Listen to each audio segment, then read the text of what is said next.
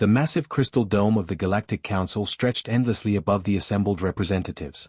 4 to 7 different alien species sat in their designated sections, their forms ranging from towering insectoid creatures to flowing energy beings contained in specialized suits. The air hummed with translation devices working overtime to convert thousands of different languages into something resembling understanding.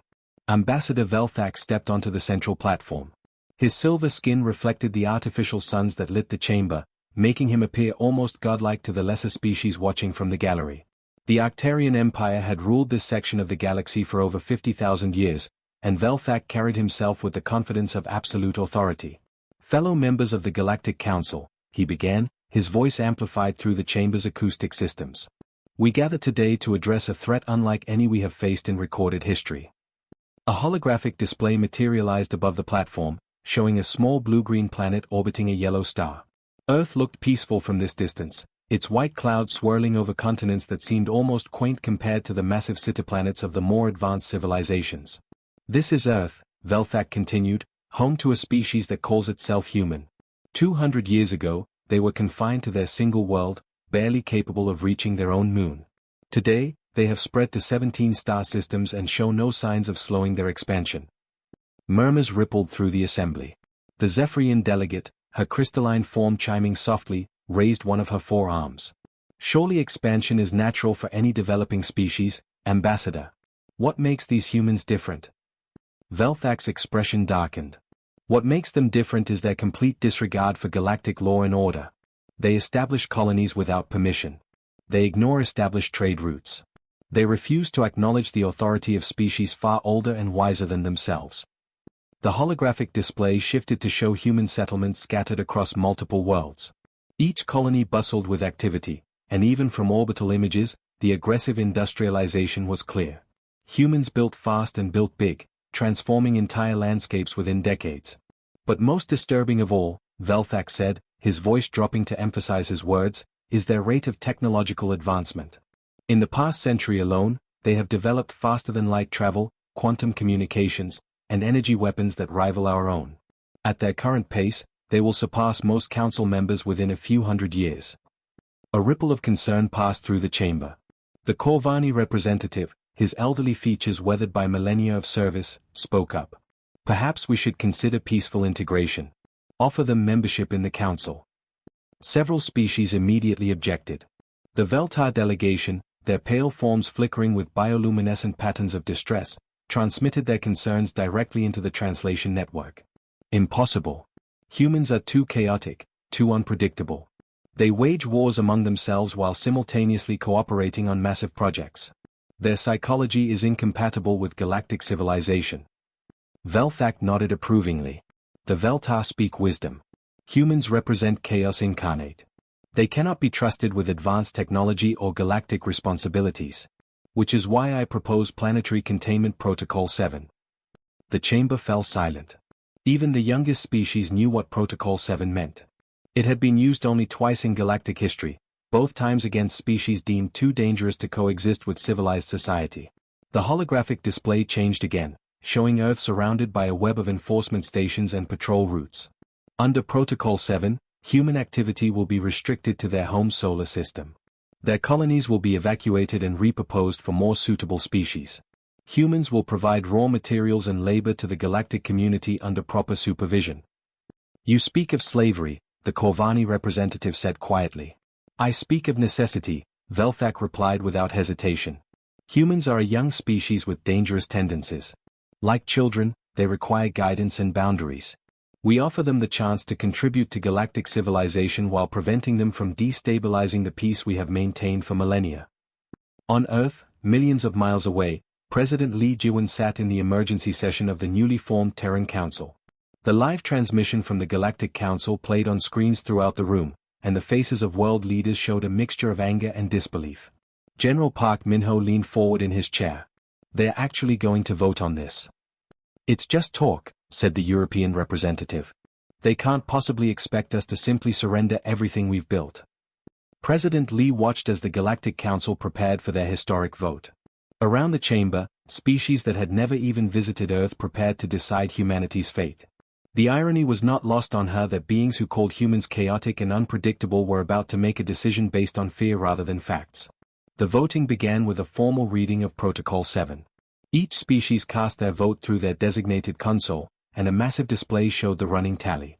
Green lights appeared for votes in favor, red for opposition.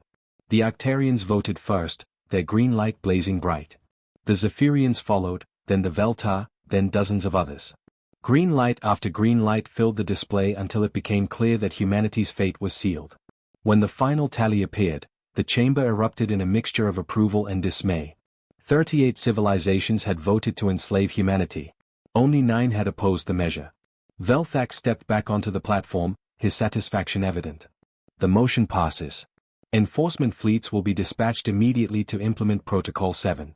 The human problem will be contained within 72 hours.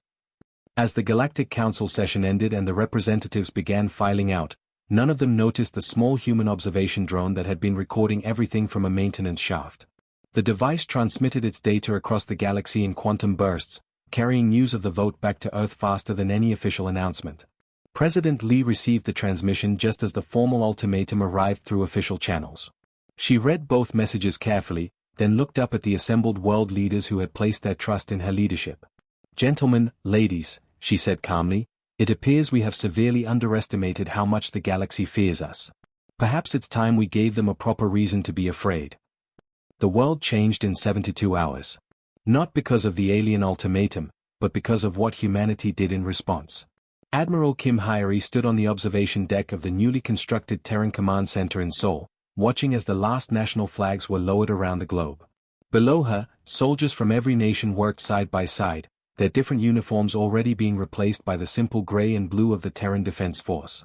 "It's remarkable," said Captain Choi Daeho, joining her at the window. 3 days ago, the Americans and Russians could barely agree on the weather. Now they are sharing their most classified military secrets.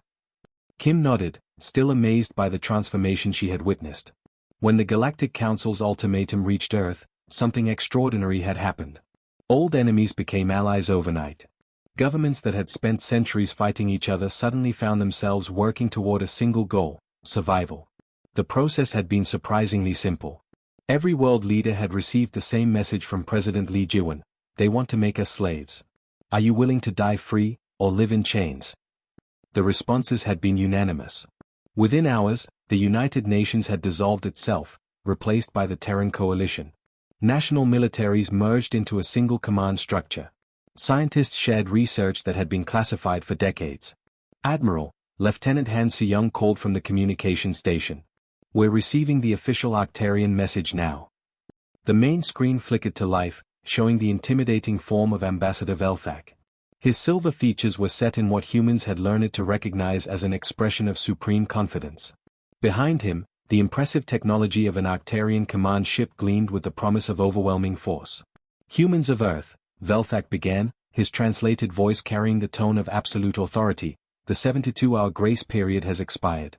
You will now comply with Galactic Council Resolution 847. Power down your military installations.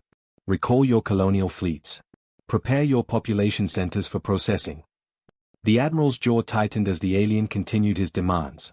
Around the command center, hundreds of officers from dozens of nations listened in silence as their species was ordered to surrender everything they had built among the stars. "Your resistance is futile," Velthak declared. "We represent 47 advanced civilizations. You are one primitive world. Submit now, and your transition to supervised status will be peaceful. Resist, and face the consequences of defying galactic law." The transmission ended, leaving the command center in silence. Admiral Kim looked around at the faces of her officers. She saw anger there, and determination, but not fear. These were people who had grown up hearing stories of humanity's greatest struggles. They knew what their ancestors had faced when threatened with extinction. "Communications," Kim said calmly. "Open a channel to the Galactic Council. Full broadcast, all frequencies."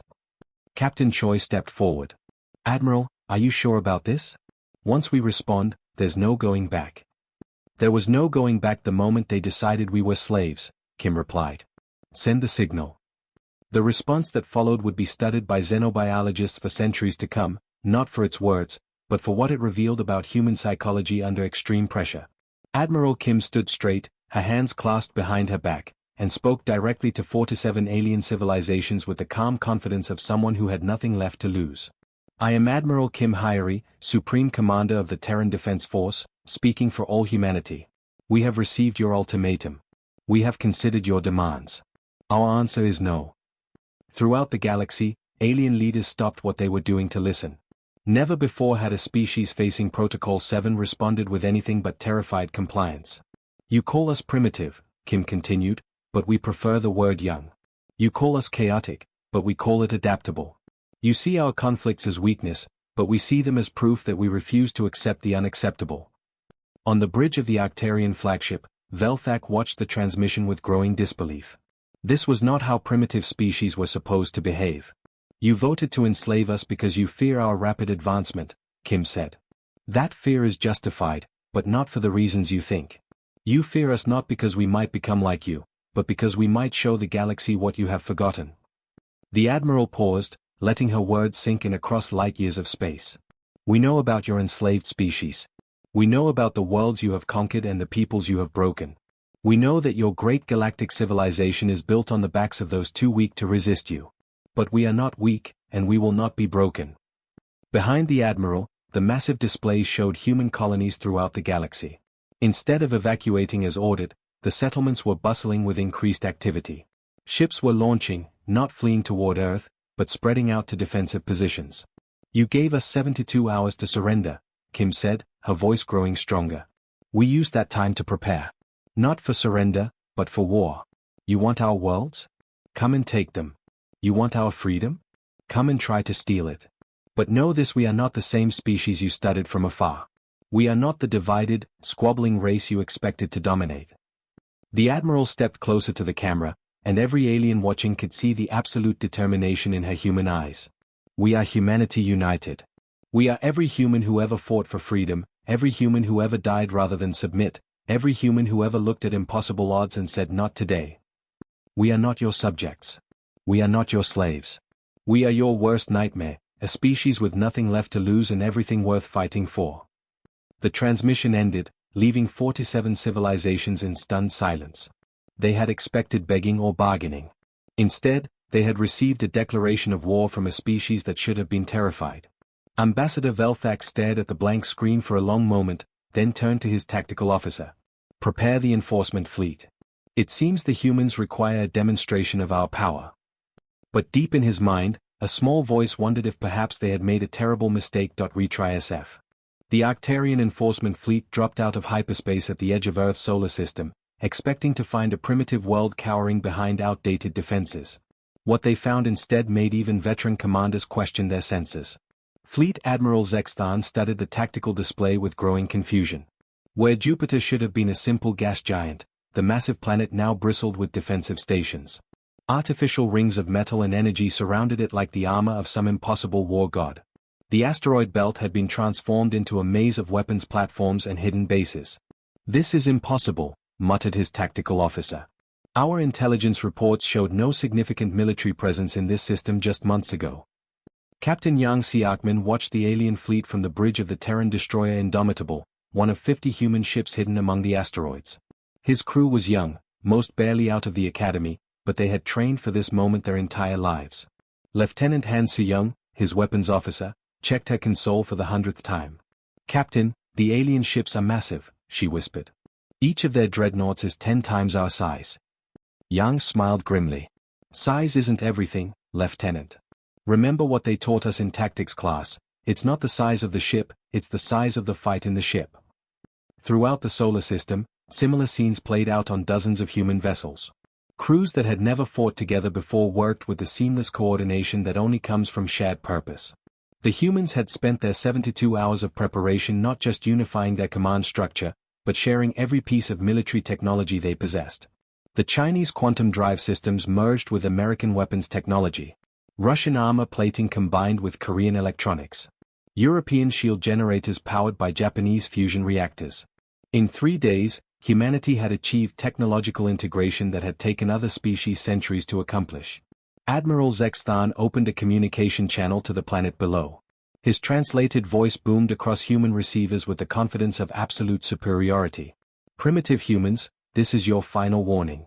You see before you the third Arcturian battle fleet, comprising 200 ships and enough firepower to crack your world in half. Surrender immediately, or face complete annihilation. The response came not from Earth, but from the asteroid field itself. Captain Young's voice, calm and steady, replied for all humanity. Arcturian fleet, this is Captain Yang Siakman of the Terran Defense Force. You are trespassing in human space. Leave now, and we might let you keep your ships. On the Arcturian flagship, the bridge crew exchanged looks of disbelief. The tactical officer pulled up his readings again. Admiral, our sensors show only a few dozen small human vessels. Their largest ship is barely a tenth the size of our smallest frigate. Zexthan's mandibles clicked with amusement. Apparently, the humans have forgotten how to count. Begin the attack. Target their pathetic little fleet first, then proceed with planetary bombardment. The first Arcturian missile screamed across the void, their advanced targeting systems locked onto human ships. But something impossible happened. The missiles simply vanished as they approached their targets, blinking out of existence as if they had never been fired. Lieutenant Han checked her readings with wide eyes. Captain, their weapons just disappeared. Our quantum interference field is working perfectly. Yang nodded. All ships, this is Siakman. Execute Operation Swarm. What happened next would be studied in military academies across the galaxy for generations. The human ships, instead of engaging in traditional line combat, scattered like a school of fish and began moving in patterns that seemed random but were anything but. Dr. Yoon Ji-hyun, monitoring the battle from the command bunker beneath Seoul, watched as her theoretical calculations became reality. The adaptive combat algorithm is performing beyond expectations, she reported to Admiral Kim. Our ships are learning and adapting faster than their targeting computers can compensate. The human vessels darted between asteroids, using the debris field as cover while launching their own attacks. But these weren't ordinary weapons. Each human missile was equipped with artificial intelligence that allowed it to learn from the enemy's defensive measures and adapt its approach in real time. Captain Oh Jae-hwan, commanding the fast attack craft Swift Justice, led his squadron in a daring run against the alien flagship. His ship was so small compared to the massive Arcturian dreadnought that their point defense systems couldn't track it properly. Too big to hit something this small, he muttered, weaving between the giant ship's weapon turrets. Just like trying to swat a mosquito with a hammer. His quantum torpedoes struck the flagship's shield generators, and something unprecedented happened. Instead of simply exploding, the weapons began to analyze the shield frequency and transmitted that data to every other human ship in the fleet. Within minutes, the entire human force had adapted their weapons to penetrate Arcturian shields. Admiral Zexthan watched in horror as his supposedly inferior opponents systematically dismantled his fleet's defenses. How is this possible? Our technology is thousands of years more advanced than theirs. His science officer, studying the tactical data with growing alarm, provided an answer that would haunt the Arcturian Empire for decades to come. Admiral, they're not just using their own technology. They're stealing ours. Every weapon we fire at them, every defensive measure we employ, they analyze it, improve upon it, and use it against us within minutes. The battle that was supposed to last hours was over in 6. When the smoke cleared, the mighty Third Arcturian battle fleet was either destroyed or captured. Admiral Zexthan found himself sitting in a human detention cell, staring at his captors with a mixture of fear and respect. Captain Yang visited the captured admiral personally. The human officer was young, barely past his 20th year, but he carried himself with the quiet confidence of someone who had just rewritten the rules of galactic warfare. How? Zexthan asked in defeated tones. How did a primitive species defeat the pride of the Arcturian fleet? Yang considered the question seriously. You called us primitive, but that was your mistake. We're not primitive. We're hungry. Hungry to learn, hungry to grow, hungry to prove ourselves. You've spent thousands of years perfecting your technology until it became stagnant. We've spent our entire existence learning to adapt or die. The young captain turned to leave, then paused at the cell door. Oh, an admiral? This was just our defensive fleet. You haven't seen what we built for offense yet. As news of the impossible victory spread across human space, celebrations erupted on every world. But Admiral Kim knew this was just the beginning. The galaxy now knew that humanity could defend itself, but the real war was about to begin. And this time, humanity would be bringing the fight to them. 6 months after the Battle of Seoul, human fleets spread across the galaxy like wildfire. But they weren't conquering worlds for themselves. They were doing something that shocked every alien civilization, they were setting slaves free. Commander OJ-1 stood on the bridge of the liberation ship Freedom's Dawn as it approached Corvani Prime. The planet below looked peaceful from orbit, but intelligence reports painted a different picture. For 10,000 years, the gentle Corvani people had served as slave laborers for the Arcturian Empire, their natural strength and endurance making them perfect for dangerous mining operations. Commander, called Lieutenant Seo Minji from the communication station, we're receiving multiple distress signals from the planet's surface. The Arcturians are evacuating their personnel and destroying infrastructure before we arrive. Jae-hwan nodded grimly. It was the same pattern they had seen on dozens of liberated worlds. Rather than lose valuable slave populations to human forces, alien overseers chose to destroy everything rather than let their captives go free. Launch all shuttles immediately, he ordered. Every second counts. The human assault was unlike anything the galaxy had ever witnessed. Instead of massive bombardments or overwhelming force, small teams of soldiers moved with surgical precision. Their targets weren't military installations or government buildings, but slave compounds and prison facilities. Sergeant Kim Tae-hyung led his squad through the underground tunnels beneath the main Corvani city. His team carried medical supplies and translation devices rather than heavy weapons. When they reached the first slave barracks, the sight that greeted them would haunt their dreams for years to come. Hundreds of Corvani huddled in cramped spaces, their once proud forms bent by decades of forced labor. Around their necks were psychic control collars that caused constant pain and prevented independent thought. Many of the aliens had never seen sunlight, born into captivity and raised knowing nothing but servitude. Elder Corvani Zelnora was the first to notice the strange new arrivals. These weren't Arcturians, with their silver skin and cruel mandibles. These were small, soft creatures with kind eyes and gentle voices. "We're here to help," Tae-hyung said through his translator. "We're going to remove those collars and get you out of here." The old Corvani stared at him in confusion. "Help? We do not understand this word." It took Dr. Park Jizu and her medical team 3 hours to figure out how to safely remove the psychic control devices without killing their victims. Each collar was individually coded to its wearer's brain patterns, designed to cause fatal seizures if tampered with. But human ingenuity found a way, as it always did. When the first collar came off, Elder Zelnoro collapsed to his knees and wept. For the first time in 60 years, his thoughts were his own. Around the barracks, similar scenes played out as more and more Corvani experienced freedom for the first time in their lives. "Why?" Zelnoro asked, touching his neck where the collar had been. "Why do you free us? What do you gain from this?" Sergeant Kim helped the elderly alien to his feet with gentle hands. "We gain nothing except the knowledge that you are free. No one should be a slave. Ever." News of the Corvani liberation spread through underground networks that the Galactic Council didn't even know existed.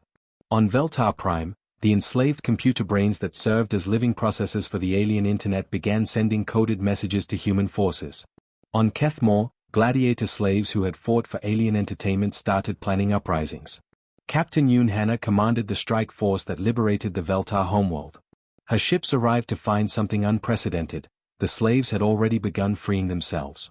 The planet's orbital defense grid, controlled by Veltar slave mines, turned on their Arcturian masters the moment human ships appeared. "This is unprecedented," reported Lieutenant Choi Sungmin from the tactical station. "The Veltar have taken control of their own planet's defenses and are using them against their former masters." The Veltar were unlike any species humans had encountered before. Their pale, bioluminescent bodies pulsed with patterns of light that served as their primary form of communication. For thousands of years, they had been forced to serve as living computers, their incredible processing power used to run alien civilizations while their own culture withered away. Elder Veltar Zamnathi was the first to communicate directly with the human liberators. Her light patterns translated into words of gratitude that brought tears to hardened soldiers' eyes. "For 3,000 years, we have dreamed of freedom," she pulsed. "We had given up hope that anyone would care about our suffering. You have given us back our lives." But it was the liberation of Kethmore that truly turned the galaxy upside down. The warrior slaves of the gladiator planet had been bred for combat, their entire culture shaped by alien demands for entertainment. When Commander Lee Sung-yoon's forces arrived, they found a world in open revolt. The gladiator slaves had broken free of their arenas and were systematically hunting down their former masters. But they weren't just seeking revenge. They were protecting the weaker species that had been forced to serve as support staff for the games. Kethmori war leader Grita met the human commander on the steps of what had once been the Grand Arena. The massive alien warrior, scarred by countless battles, knelt before the much smaller human. "Human friends," he rumbled in his deep voice, "Kethmari pledge eternal loyalty. You show us that strength should protect the weak, not exploit them." Within a year, the human liberation forces had freed over 200 worlds. Each planet they liberated became a staging ground for further operations, but more importantly, each freed species became an ally in the growing rebellion against galactic tyranny. The psychological impact was devastating to the established order. Species that had been slaves for millennia suddenly remembered what freedom felt like. Civilizations that had built their prosperity on the backs of others found their labor forces disappearing overnight. On Earth, Admiral Kim Hyori studied reports from across the galaxy. Her aide, Colonel Park Sun-woo, looked exhausted but satisfied as he delivered the latest intelligence. "Admiral, we've received surrender offers from 17 different alien governments in the past week alone. They're offering to release all their slaves in exchange for protection from the rebellion they helped create." Kim smiled grimly. "And what did you tell them?"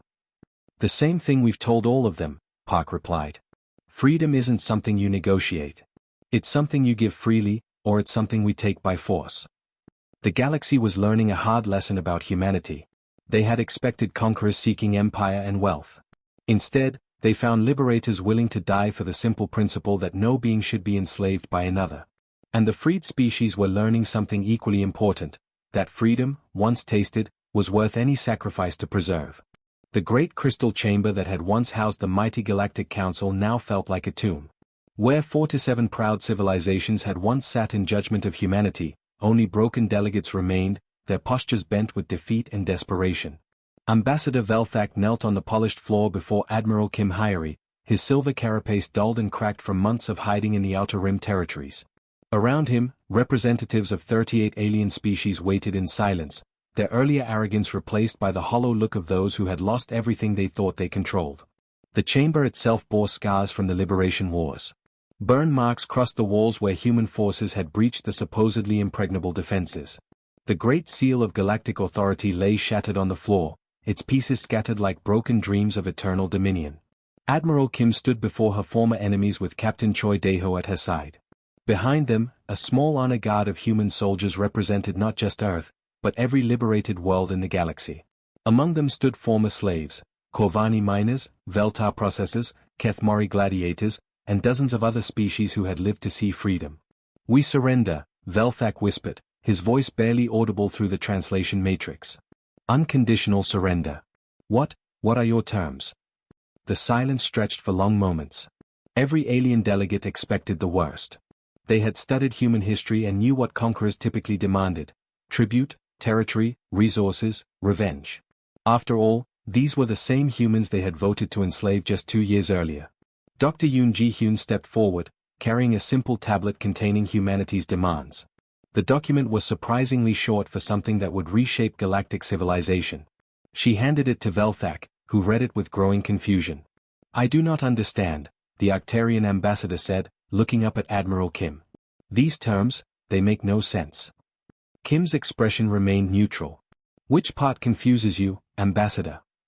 "All of it," Velthak replied, his mandibles clicking with nervous energy.